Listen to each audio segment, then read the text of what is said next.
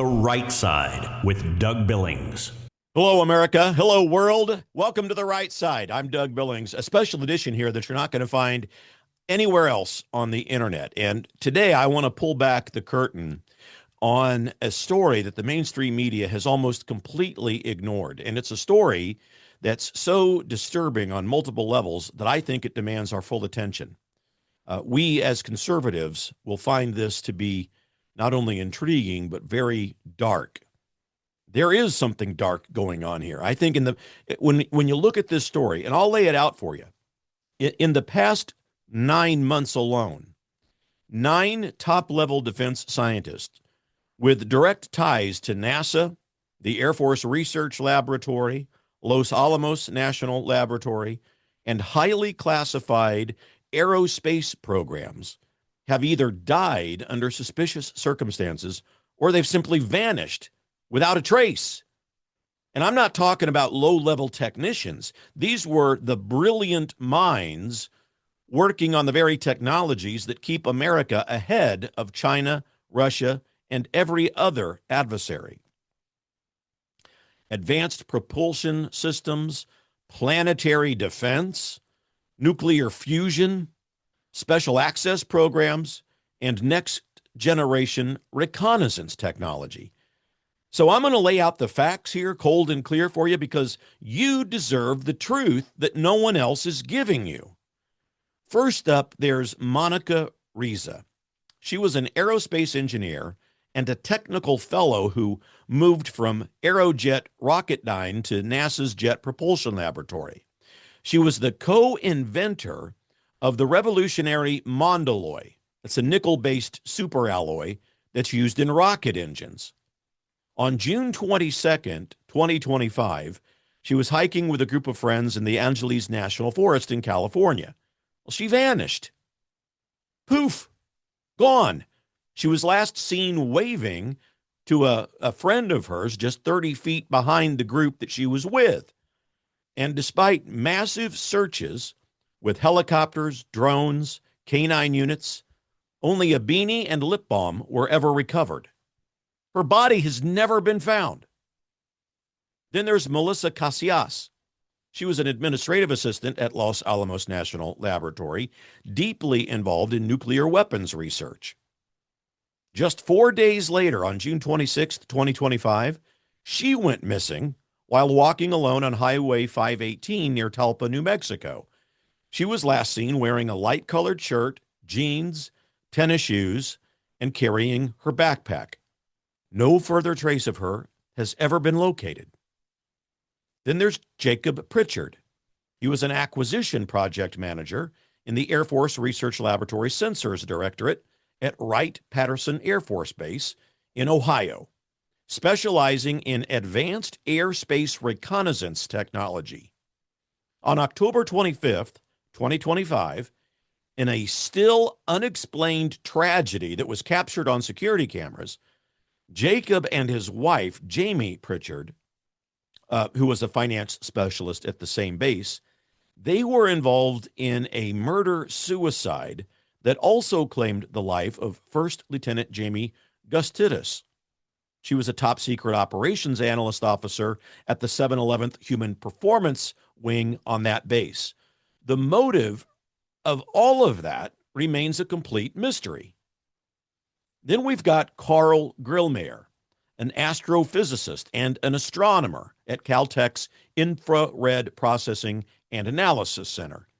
He worked on the NEOWISE project. It's for detecting asteroids and comets, and he helped test instrumentation for the NEO Surveyor, a planetary defense mission. Okay? On February 16th of this year, he was shot dead on the front porch of his home in Llano, California. Caltech's public statement deliberately avoided mentioning the shooting and simply said that he passed away suddenly. Seems odd. Then we have William McCausland, a retired commander of the Air Force Research Laboratory, formerly a research commander at Kirtland Air Force Base and director of special programs at the Office of the Undersecretary of Defense. He oversaw $4.4 billion in classified aerospace research and sat on the Special Access Program Oversight Committee. That gave him visibility into America's most sensitive defense projects. Well, on February 27th of this year, he vanished from his home in Albuquerque, New Mexico. He left behind his phone and his glasses, but he took with him his wallet, his boots, and a .38 revolver. A silver alert was issued for him, and the FBI is assisting, but the case still remains largely silent in the media. Then there's Nuno Laureiro. He was a professor at MIT's Department of Nuclear Science and Engineering, and he was director of the Plasma Science and Fusion Center. A world-leading expert in nonlinear plasma dynamics, fusion confinement, and solar flare technology and research. On December 15th, 2025, he was fatally shot at his home in Brookline, Massachusetts, and he died the next day. Now, the shooter in that case had connections to another shooting at Brown University just 2 days earlier. Then there's Jason Thomas, who was an assistant director at Novartis Institutes for Biomedical Research. He was a chemical biologist. He had over 4,500 citations to his credit, and he held active Department of Defense contracts. On December 12th, 2025, he left his home without his phone, without his wallet, without his identification, and his body was found in Lake Quannapowitt in Wakefield, Massachusetts on March 17th, 2026. 7 of these 9 individuals were directly connected to the Air Force Research Laboratory or institutions that it funds. Their work spanned revolutionary technology in rocket engine materials, advanced sensors for space dominance, planetary defense against asteroid threats, nuclear fusion research that could power the next generation of weapons and energy systems, and oversight of special access programs that remain classified for very good reasons. The geographic pattern in these cases is unmistakable.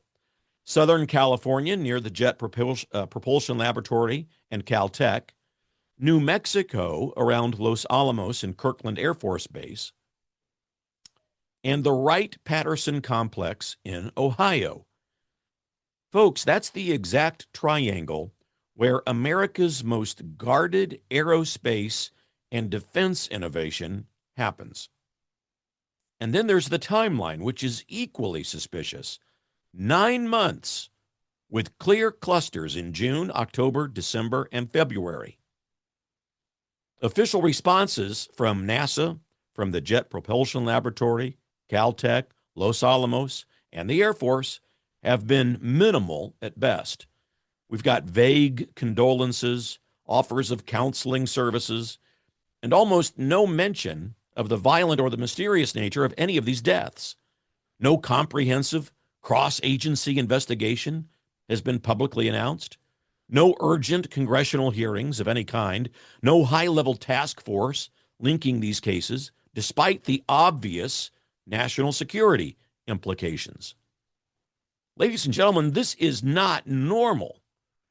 When scientists of this caliber, the very people entrusted with keeping America technologically superior, disappear or die in clusters, especially those tied to special access programs, we've got a duty to demand answers. So let's connect the dots with the strong conservative analysis that you only get right here, because let's just look through the lens of history for a minute.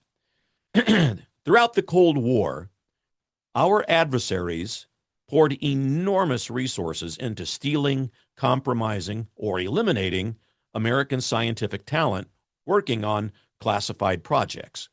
The Soviet Union did it. For crying out loud, China does it today as part of its official national policy. We can't rule out, though, foreign actors trying to level the playing field against President Trump and his America First agenda. We really can't. Nor can we dismiss the possibility of domestic sabotage from elements within the radical resistance infrastructure, the bureaucracy that views Trump's restoration of American strength as an existential threat. Every lost scientist represents decades of accumulated knowledge, institutional memory, and classified insight that can't be quickly replaced. And so these gaps slow the very innovations that deter aggression, that protect our troops, and maintain our qualitative military edge. Look, in an era where China is racing to achieve parity in hypersonics, space weapons, and fusion technology, we can't afford, self-inflicted wounds or unchecked interference. President Trump has made restoring American technological superiority and protecting our defense industrial base as a cornerstone of his second term. He understands that our edge isn't just about budgets, it's about the brilliant people who turn ideas into reality. And the counter-revolution that he's leading to purge this country of the radical liberal agenda includes safeguarding the very people who make our military unmatched. And protecting these scientific geniuses is not an option. It's national security at the highest level. And as proud conservatives, we've got to refuse to accept vague explanations or bureaucratic silence. We demand that Congress, the FBI, the Department of Defense treat this pattern with the urgency that it deserves. And I think we've got to demand a full, transparent investigation that connects every possible dot. And we demand increased security protocols around special access programs. We have to. And we've got to demand that President Trump, the one leader who has proven that he will confront threats head on, make the protection of America's scientific backbone and community a top priority. Because this wave of tragedy and mystery is a reminder, a very dark reminder, that the fight for the Republic extends well beyond Washington policy debates. It reaches into laboratories, to research centers, and into the brilliant minds that keep our nation safe. Evidence of the obvious is sufficient, folks. The radical left may scream about manufactured crisis, but while they obsess over resistance to President Trump, the backbone of American strength is quietly being eroded in the shadows. We see it, we name it, and as proud conservatives standing with President Trump, we insist on the truth. Because America's security, our technological dominance, and our children's future depend on it, truly. So if you're watching this and you love this country, share this clip, demand answers, support the leader who's finally putting America first again. Because when the best and the brightest who protect us are targeted, it's not just a tragedy, it's a warning, ladies and gentlemen. I'm Doug Billings, ladies and gentlemen. This is The Right Side. Stay vigilant, stay strong, stay proud. God bless you. Hey, follow me on this channel, wherever you're watching. Go to YouTube, at The Right Side, Doug Billings. Follow and subscribe over there. Set your notifications so that you're notified when I drop new content. We've got to stand shoulder to shoulder. And when you share these kinds of clips and content, it helps us to restore the Republic back to the divine providence of God and the intent of the Founding Fathers. Believe it, ladies and gentlemen, for the Republic. Cheers. The Right Side with Doug Billings.